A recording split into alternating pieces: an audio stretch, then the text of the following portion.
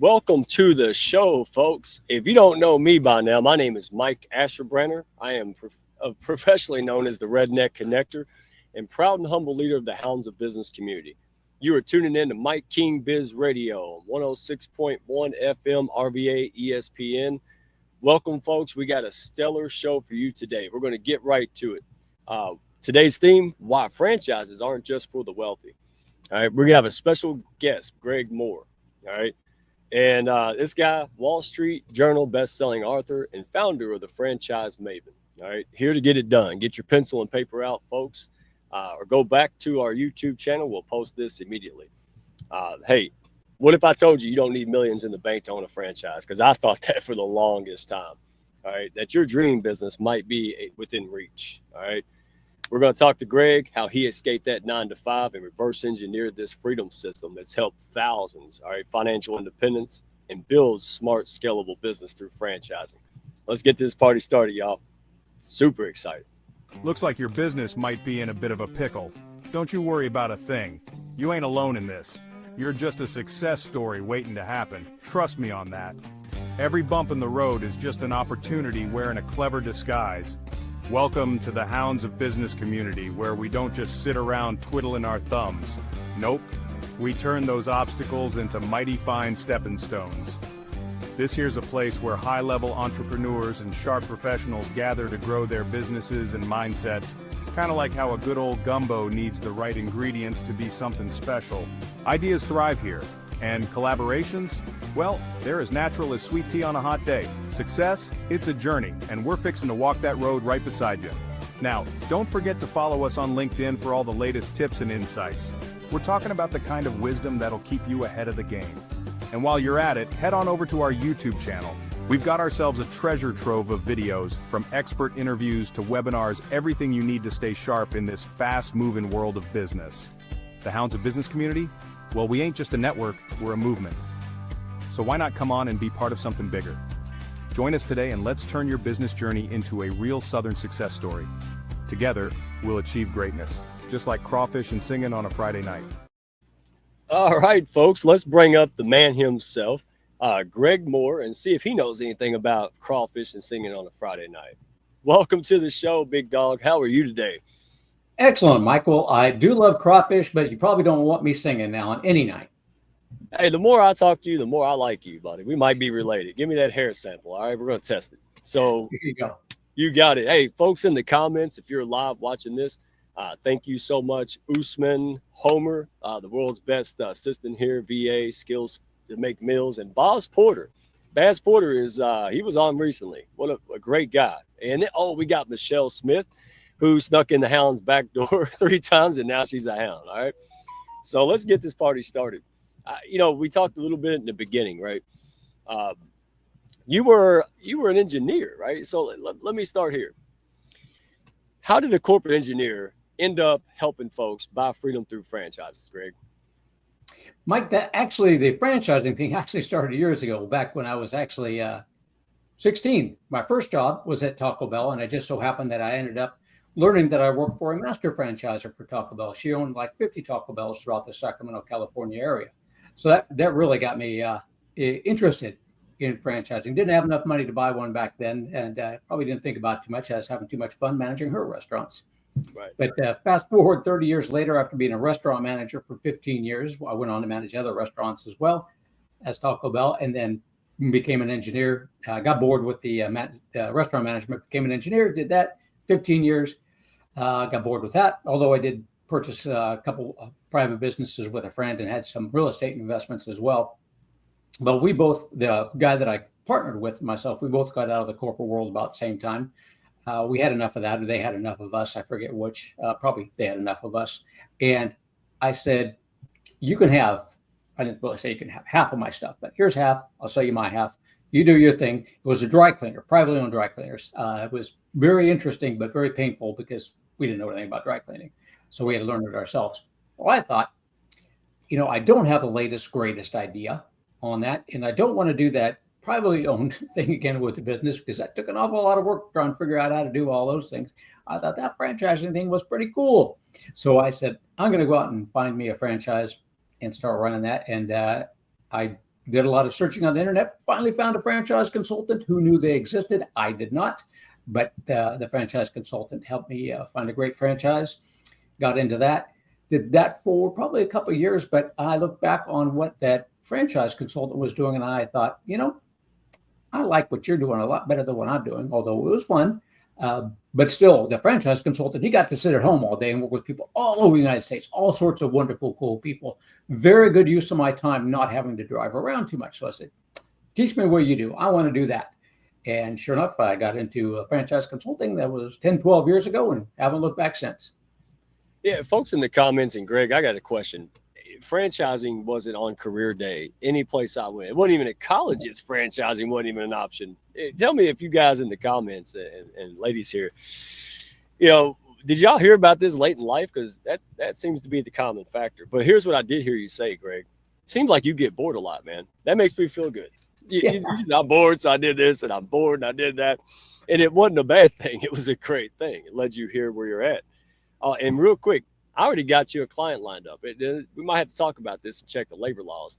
But real quick, my 6-year-old, so I'm talking to her about business and her imagination. And anyway, she runs in the house and says, "Hey, Mommy, I don't need to go to first grade. It's coming up." She's, "What are you talking about?" She's like, "Well, me and Daddy's going to buy an ice cream truck and take over the market. So I don't need college." I was like, "Oh, my God." And so anyway, she's already thinking this way. So there you go, Greg. I got you one about 12 years from now. All right. But let me ask you this. What surprised you the most when you stepped into the franchise world? Was there any shocking surprise or anything that was like, wow, good or bad? Yeah, there was. First, I got to say hello to Horacio, one of my partners back there from the semiconductor days out there. We worked together for quite a while. But what surprised me the most, Mike, was when I got into it, was really how easy it was to step right into it on there. It was Dennis Schooley who ran the franchise, and he ran the Schooley Mitchell Telecommunications Consulting franchise. And I was nervous when I first signed up. I probably woke up screaming one or two nights, wondering what I was getting myself into on that one. But his training was so wonderful. He had like 100 different ways to get clients. This is how you talk to them. This is what you say to them. And it was just a really simple process. And he also really had everything lined up. So, he had 100 different ways to get clients, or if you want, we've got a phone caller that can go out there and, get you clients themselves. But he made the whole process really simple. His training was absolutely wonderful, really set the stage for what franchising was really all about to me, is having that individual that ran the franchise, having a whole team of people that really were there for you to help you out, to get you going. So I never wondered, okay, when I get up in the morning, what do I do next? He did not call me to wake me up in the morning. So you got to be a self-starter on that. But once you do, he's got that whole playbook for you, step by step. This is what you do. This is what you do next. These are the people you get in front of. These are the presentations you give. It was absolutely wonderful and easy process to go through. Oh, I love that. And let's dive right into that, because you just segued into what I was thinking anyway. And I know the folks out here are thinking about it. And by the way, if you're on the radio listening in, you can go to franchisemaven, MAVEN.com, franchisemaven.com, resources, all kind of things. You're an educator, Greg. That's why you're up here. There's tons of people in this space, but you educate, you don't push, you attract, and you help people where they're at.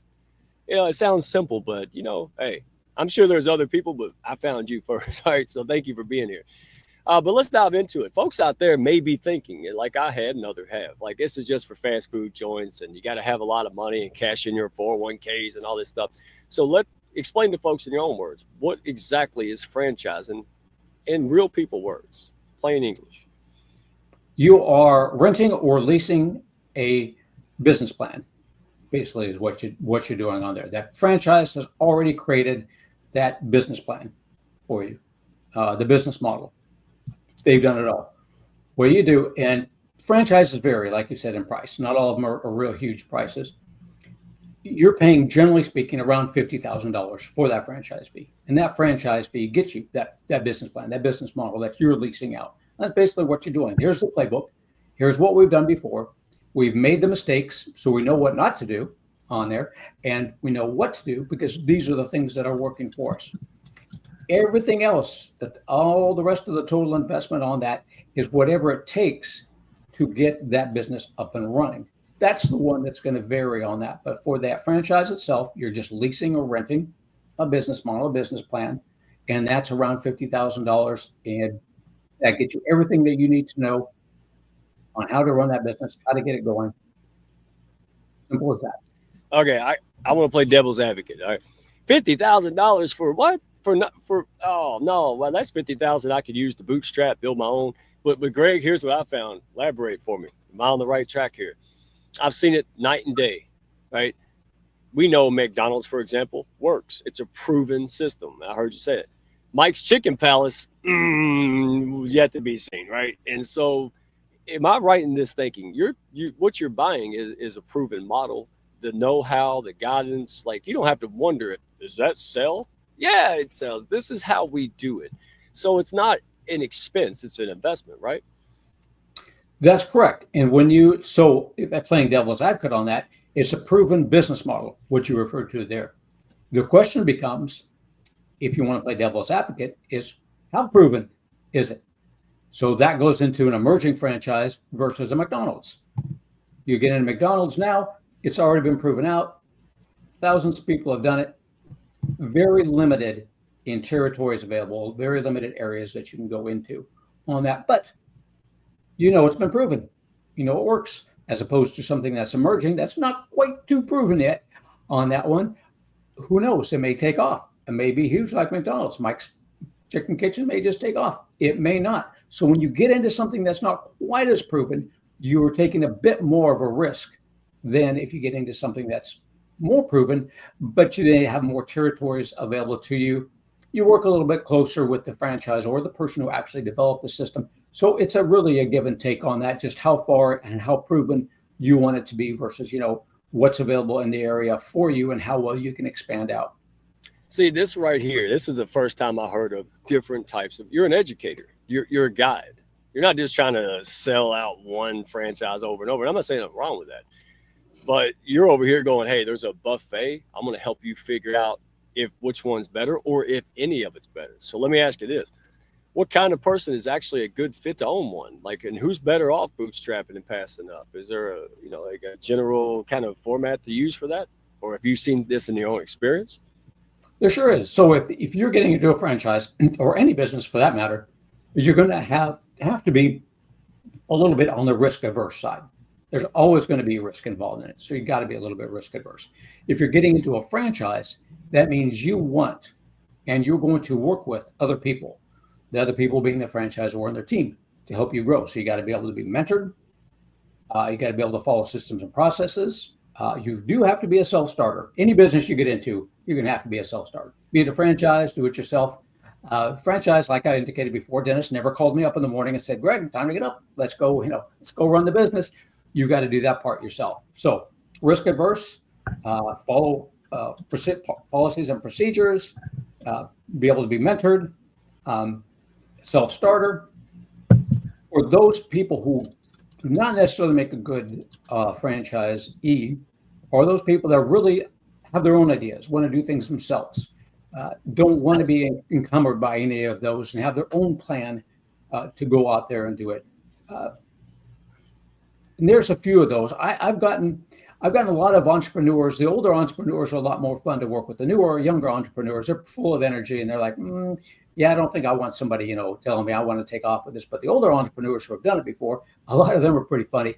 They had a guy the other day that said, I own, like 10 different businesses, built them up and sold them. He says, so I want you to help me find a franchise that fits me. And it's like, why?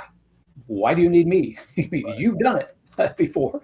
He's like, well, I know what it takes to build up my own business and get it up and running. I don't want to do that again. I just want to step in a business and take off running. So there you go.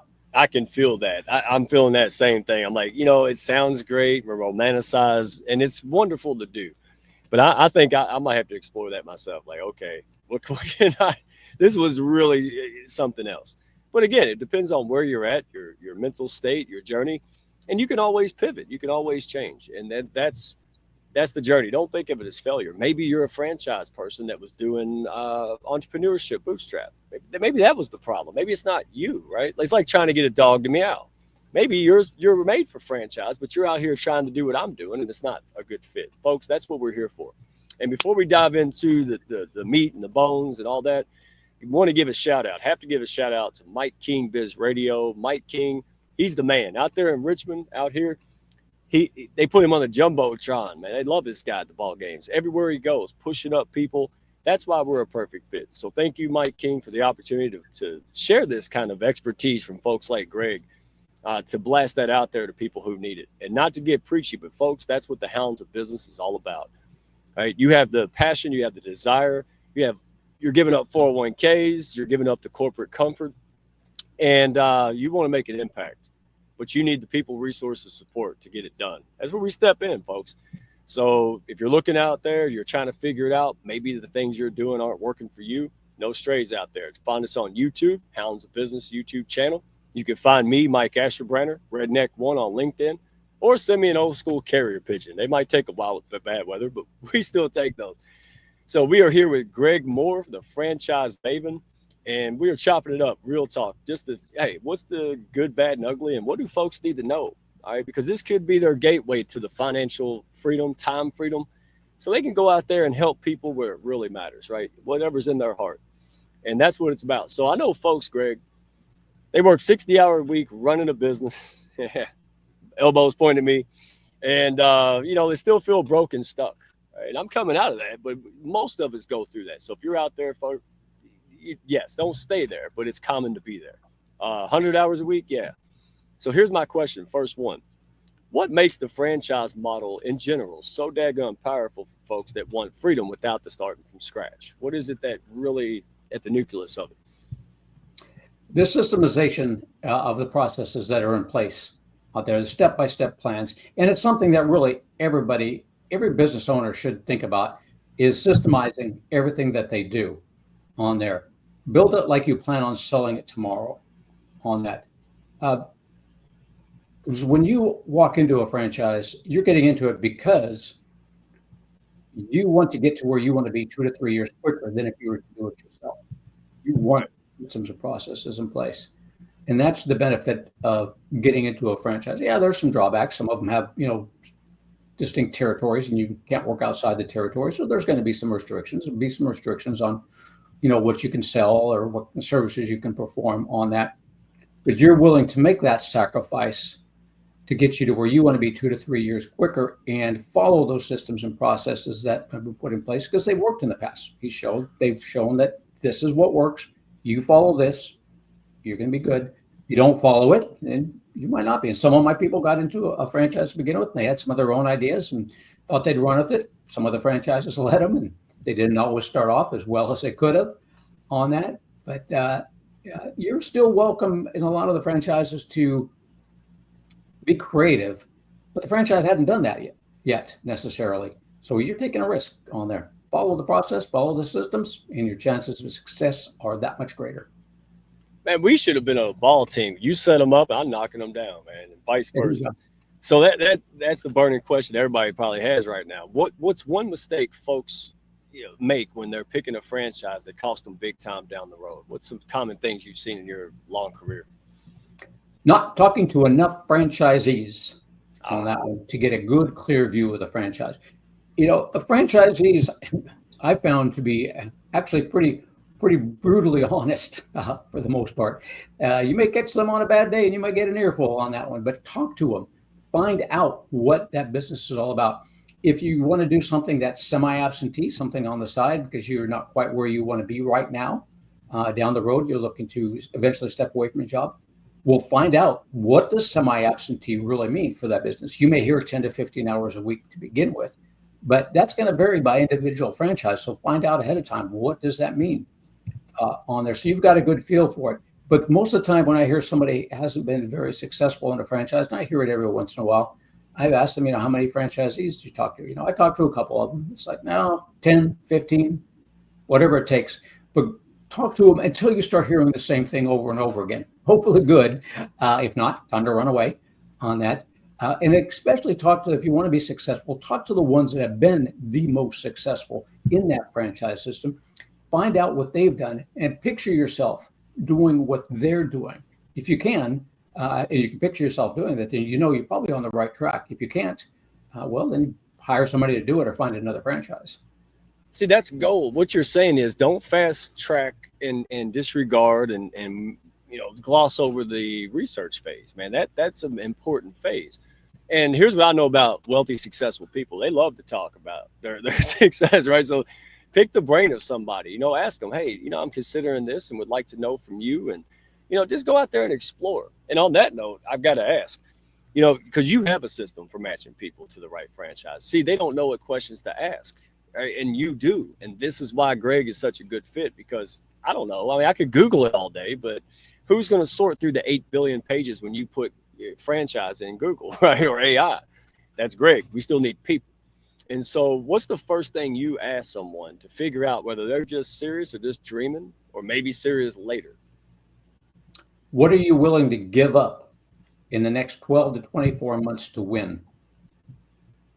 That's the biggest thing, because you will be giving up something, obviously money right away, because you got to invest in the franchise. You can get a loan for it, so you're not giving up too much. But generally speaking, are you willing to give up that time to win, to get to where you want to be in the next, 2, 3, 4, 5 years, looking down the line? Where do you want to be 5 to 10 years from now is what I ask people. And what are you willing to give up to get there? Because you will be giving up some money and some time. Man, that was high level right there. Again, do this well, right? Talk to a professional that can help guide. If you're serious, and if you're not, well, come back when you are. But I love this, hey, I'm going to guide you.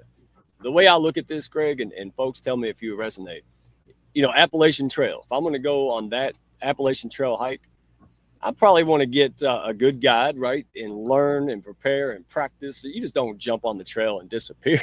Like, you need to be equipped. And that's what the franchise Maven's all about, folks. So even if you're not looking to buy a franchise right now, I know everybody and myself could use more systems and less chaos, Greg, right? So what's something from the franchise playbook that maybe any business owner could, swipe today and run with? What are some of the things that you've learned? As I indicated before, if you're a business owner itself, then really plan your business around selling it. And to sell it, that business cannot revolve around you on that one. So make certain that business doesn't revolve around you. And when you're getting into any kind of business, whether it be your own business or a franchise system, you're getting into it because you want freedom on that. You want more time freedom. You want to be able to do the things you want to do. And, if you wanted to work an 8 to 10 hour a day job, you just go into corporate and have that 8 to 10 hour a day job. But we get into being entrepreneurs because we want to be able to do the things we want to do when we want to do them. So when you're getting into your business, make certain that you're systematizing everything, that you're planning on selling that business at that time. So make certain that business itself really just does not revolve around you. And when you're looking to get into a franchise system, look for one that will give you that freedom to do the things that you want to do when you want to do them, and the money to do it with. Yeah, so we've got Michelle Smith said we could also shadow a day in the life of a franchisee. That's what I was thinking. Like, ask them.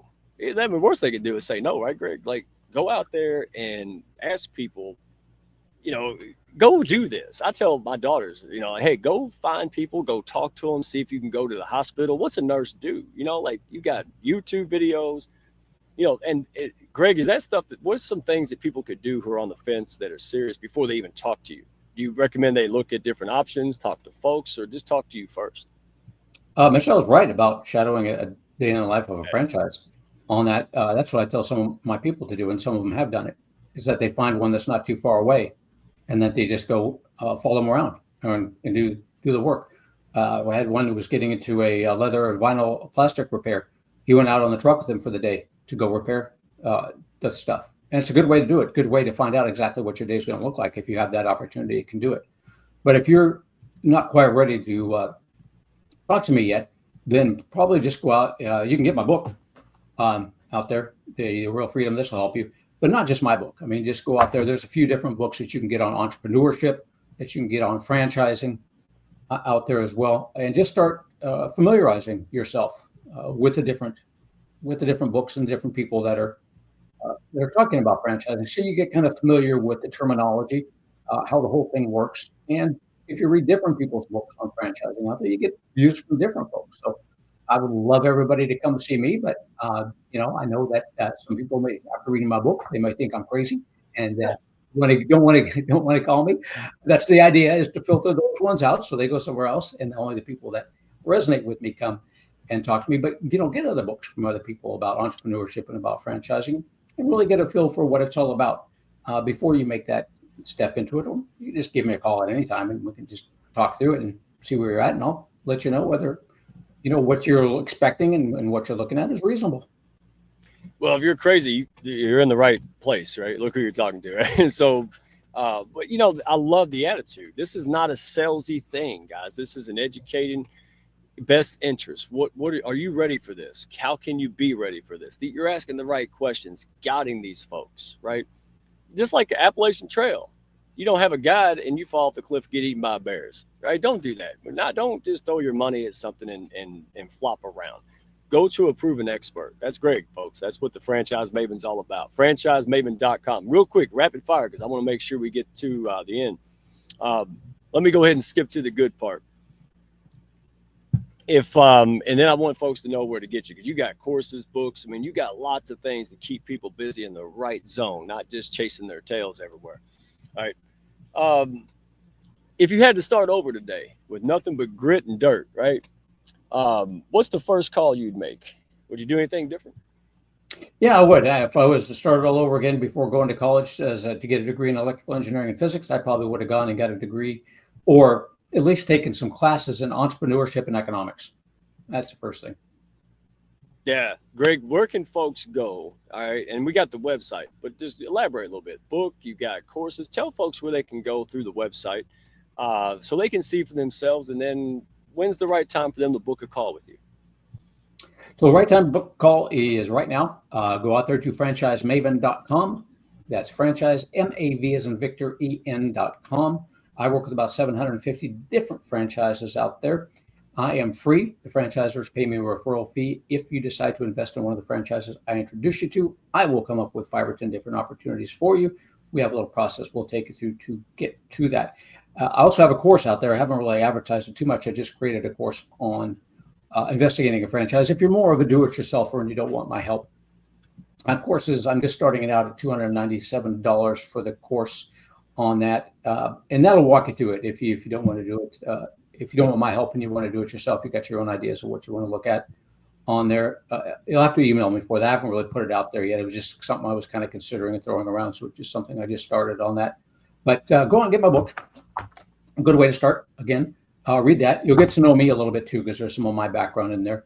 And it's got some information on different people that I've worked with as well on there. The very last chapter is actually about somebody who turned their business into a franchise. So if you're a business owner thinking you want to turn your business into a franchise, in the very last chapter in there is about that as well. But definitely go out and read as much as you can. Just reach out to me, 361-772-6401. Pick up the phone, give me a call, schedule a time. Let's just talk through it and see what you're thinking about and see if it's reasonable. Well, Greg, once I get over these, I might have to call you, because the more I say Mike's Chicken Palace, the more I'm thinking it has a nice ring to it. But I tell you what, final question, last 30 seconds.